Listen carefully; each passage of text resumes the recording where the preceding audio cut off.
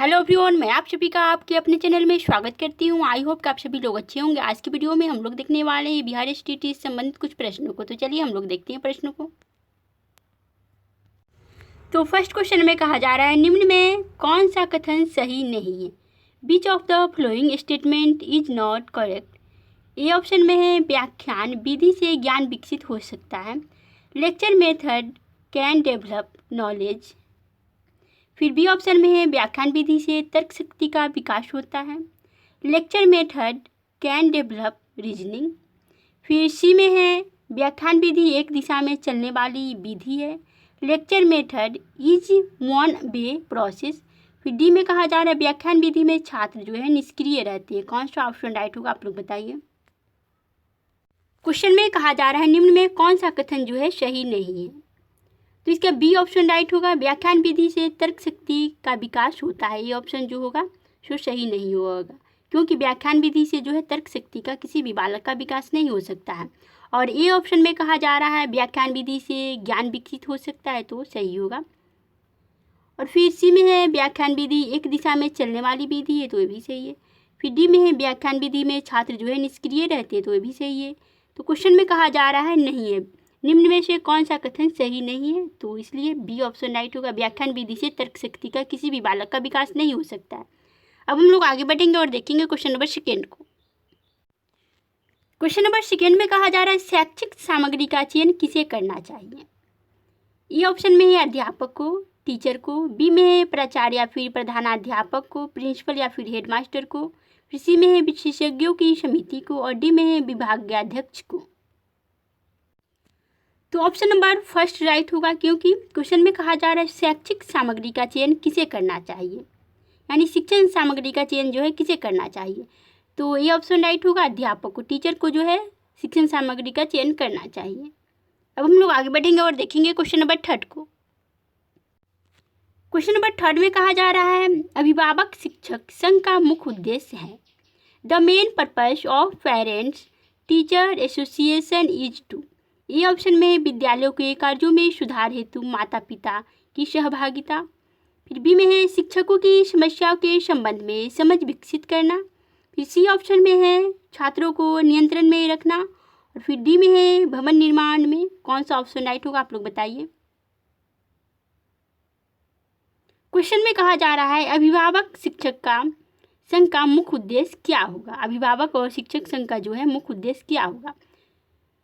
तो first option right होगा, A option जो है सो राइट होगा, क्योंकि इसमें कहा जा रहा है विद्यालय के कार्यों में सुधार हेतु माता पिता की सहभागिता।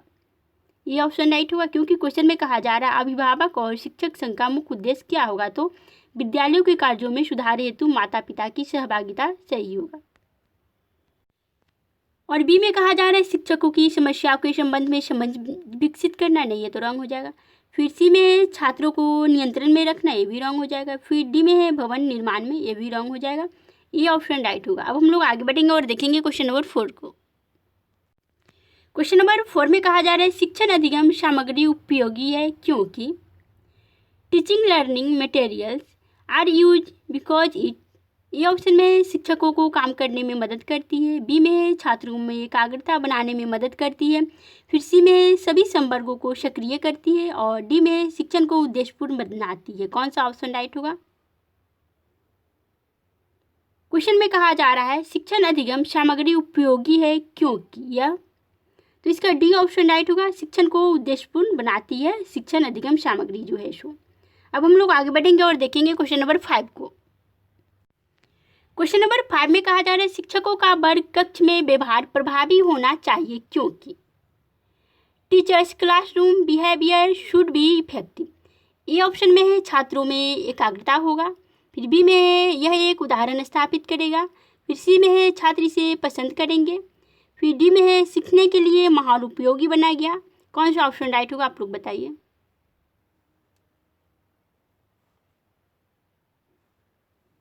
तो इसका डी ऑप्शन राइट होगा, सीखने के लिए माहौल उपयोगी बनेगा, क्योंकि क्वेश्चन में कहा जा रहा है शिक्षकों का वर्ग कक्ष में व्यवहार जो है प्रभावी होना चाहिए क्योंकि सीखने के लिए माहौल उपयोगी बनेगा।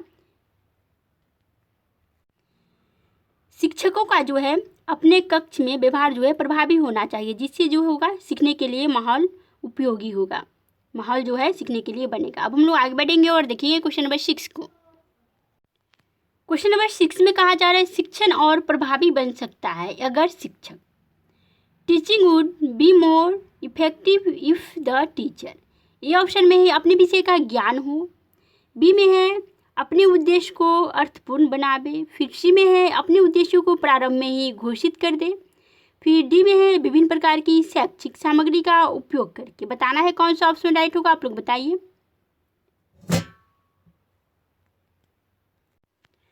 तो इसका डी ऑप्शन राइट होगा, विभिन्न प्रकार की शैक्षिक सामग्री का उपयोग करके, क्योंकि क्वेश्चन में कहा जा रहा है शिक्षण और प्रभावी बन सकता है अगर शिक्षक जो है विभिन्न प्रकार की शैक्षिक सामग्री का उपयोग करता है तो शिक्षण जो है प्रभावी बन सकता है। और ये ऑप्शन में कहा जा रहा है अपने विषय का ज्ञान हो, नहीं, सिर्फ इससे नहीं होगा, शिक्षण प्रभावी नहीं हो सकता। फिर बी में है अपने उद्देश्य को अर्थपूर्ण बनावे, ये भी रॉन्ग हो जाएगा। फिर सी में अपने उद्देश्यों को प्रारंभ में ही घोषित कर दे, ये भी रॉन्ग हो जाएगा। सबसे बेस्ट ऑप्शन है विभिन्न प्रकार की शैक्षिक सामग्री का उपयोग करे तो जो है शिक्षण जो है प्रभावी बन सकता है। अब हम लोग आगे बढ़ेंगे और देखेंगे क्वेश्चन नंबर 7 को। क्वेश्चन नंबर 7 में कहा जा रहा है एक विद्यालय पाठ्यचर्या की सर्वोत्तम परिभाषा है, school curriculum can best be defined as. ये ऑप्शन में बच्चों का प्रदान किया जाने वाला समग्र ज्ञान, फिर बी में है विद्यालय के संरक्षण में विद्यार्थियों की व्यवस्थित अनुभूतियों का ज्ञान, फिर सी में है पाठ्यक्रमों की पूर्ण सूची, फिर डी में है बच्चों के क्रियाकलापों को बढ़ाने के लिए उपयोग में लाई जाने वाली समग्र सामग्री। बताना है कौन सा ऑप्शन राइट होगा, आप लोग बताइए।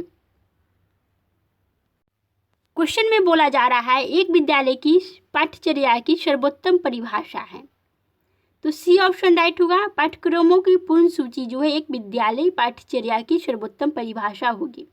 ये ऑप्शन में कहा जा रहा है बच्चों का प्रदान किया जाने वाला समग्र ज्ञान, रॉन्ग हो जाएगा।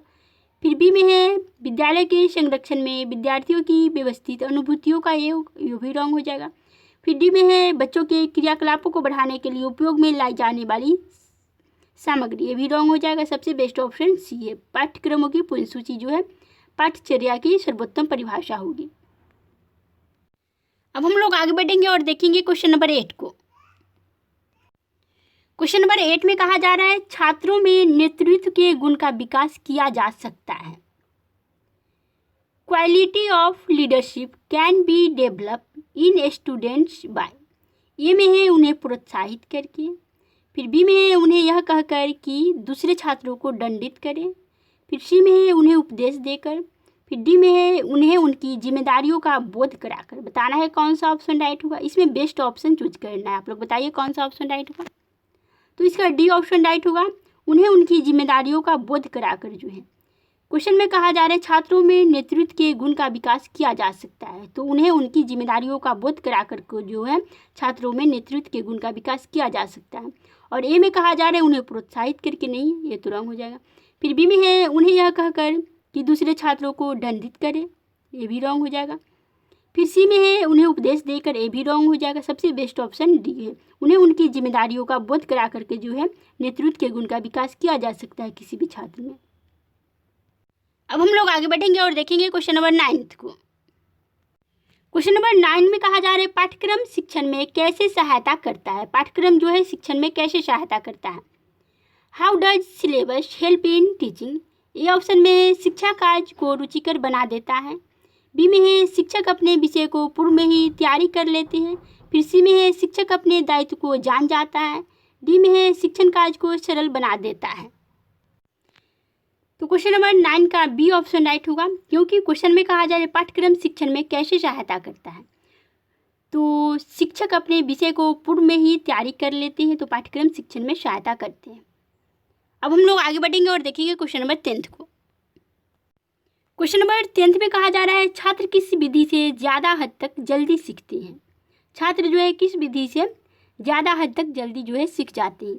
ए में है सुनकर, बाय लिसनिंग, बी में है पढ़कर, बाय रीडिंग, फिर सी में है देखकर, फिर डी में है स्वयं करके। बताना है कौन सा ऑप्शन राइट होगा।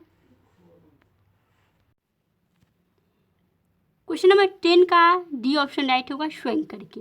छात्र किस विधि से ज़्यादा अधिक जो है सीखते हैं, तो स्वयं करके जो है बालक ज़्यादा अच्छी तरह से और जल्दी जो है सीख जाते हैं।